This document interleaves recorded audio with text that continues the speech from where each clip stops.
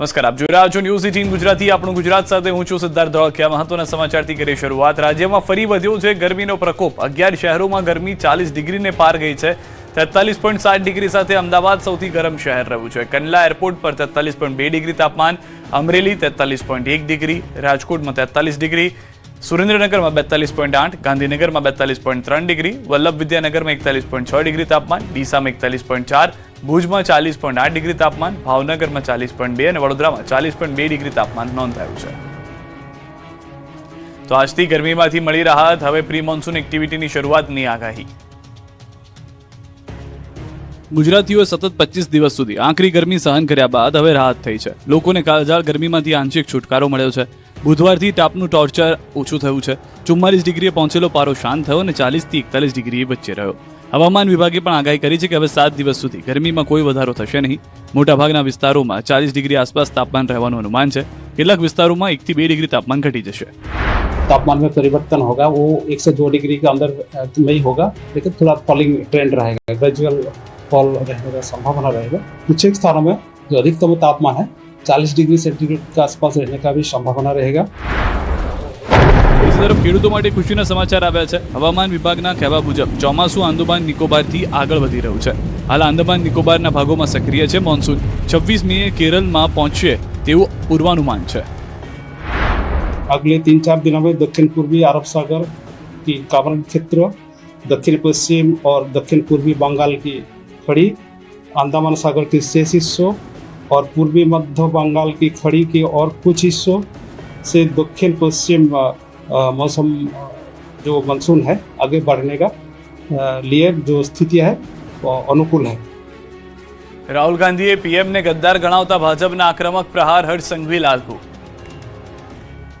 રાયબરેલીમાં રાહુલ ગાંધીએ પ્રધાનમંત્રી નરેન્દ્ર મોદી અને કેન્દ્રીય ગૃહમંત્રી અમિત શાહ માટે અત્યંત વિવાદિત ભાષાનો પ્રયોગ કર્યો.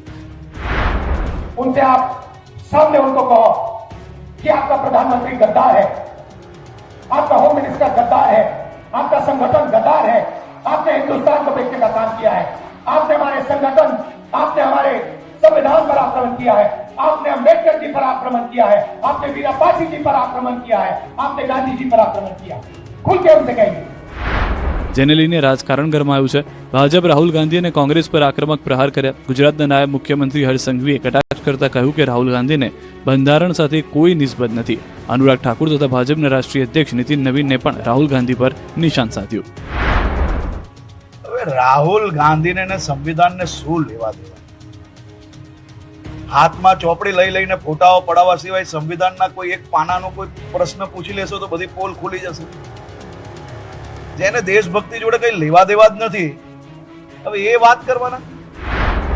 पश्चिम बंगाल में चुनाव की हार, असम में चुनाव की हार, पुडुचेरी में चुनाव की हार और उसके बाद बिगड़े बोल राहुल गांधी जी के बताते हैं कि आत्मचिंतन मंथन करने की बजाय अपशब्द बोलने पर कांग्रेस पार्टी आ जाए तो कांग्रेस का दिवालियापन और कांग्रेस के नेतृत्व का दिवालियापन दिखता है.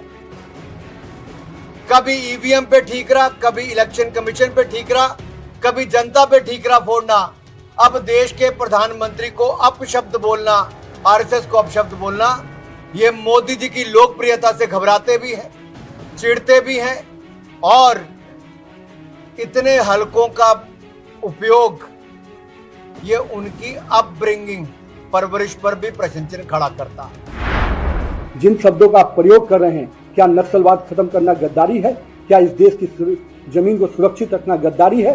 क्या इस देश के तिरंगे का सम्मान पूरे विश्व में बनाना गद्दारी है? और मैं मानता हूं कि भारतीय राजनीति का अपराहू है जो कहीं न कहीं पूरे तरह से देश की राजनीति की वातावरण को गंदा और दूषित करते हैं. ઉત્તર મધ્ય અને સૌરાષ્ટ્રના પેટ્રોલ પંપો પર ડીઝલની તંગીથી ખેડૂતોની પંપો બહાર લાઈન.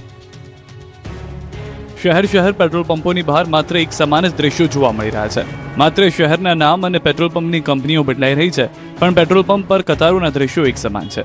છેલ્લા એક અઠવાડિયાથી પેટ્રોલ પંપ પર ઈંધણ પુરાવવા માટેની કતારો ખૂટી નથી રહી. પેટ્રોલ ડીઝલની કટોકટી સર્જાઈ જશેની અફવાએ એવું બજાર ગરમ કર્યું છે કે ગામડાઓ અને નાના શહેરોમાં લોકો કામધંધા મૂકી માત્ર વાહનો, ટાંકી, બેરલ, કેરબામાં ઈંધણ ફૂલ કરાવવા મિશનમાં લાગી ગયા છે.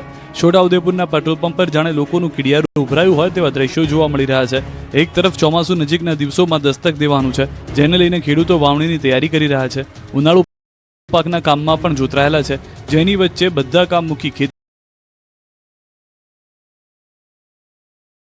બોડેલી તાલુકાના ચલામલી ગામના ખેડૂતો પોતાનો ખેતીનો કિંમતી સમય બગાડીને ટ્રેક્ટર અને કેરબા સાથે એક પંપથી બીજા પંપ દોડધામ કરી રહ્યા છે. ખેડૂતોનો સીધો આક્ષેપ છે કે પંપ પર ડીઝલ હોવા છતાં તેમને અટકાવવામાં આવે છે અને માત્ર મોટી ગાડીઓને ડીઝલ આપવામાં આવી રહ્યું છે.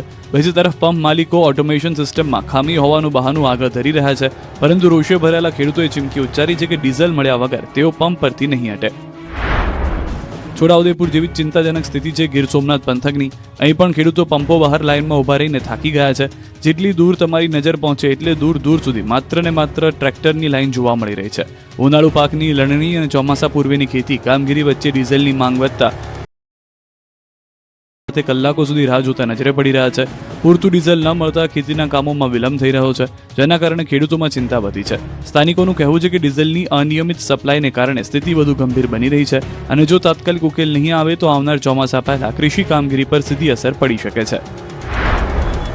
આ દ્રશ્યો જૂનાગઢના છે, જ્યાં પણ 3 દિવસથી પેટ્રોલ પંપ પર ડીઝલ પુરાવા માટે વાહન ચાલકો લાંબી કતારોમાં છે. જૂનાગઢ શહેર તેમજ જિલ્લાના જુદા જુદા પેટ્રોલ પંપ ખાતે વાહન ચાલકોની લાંબી લાઈન લાગી છે. ક્યાંક વાહનો લઈને તો ક્યાંક કેરબા લઈને ડીઝલ પુરાવા માટે લોકોનો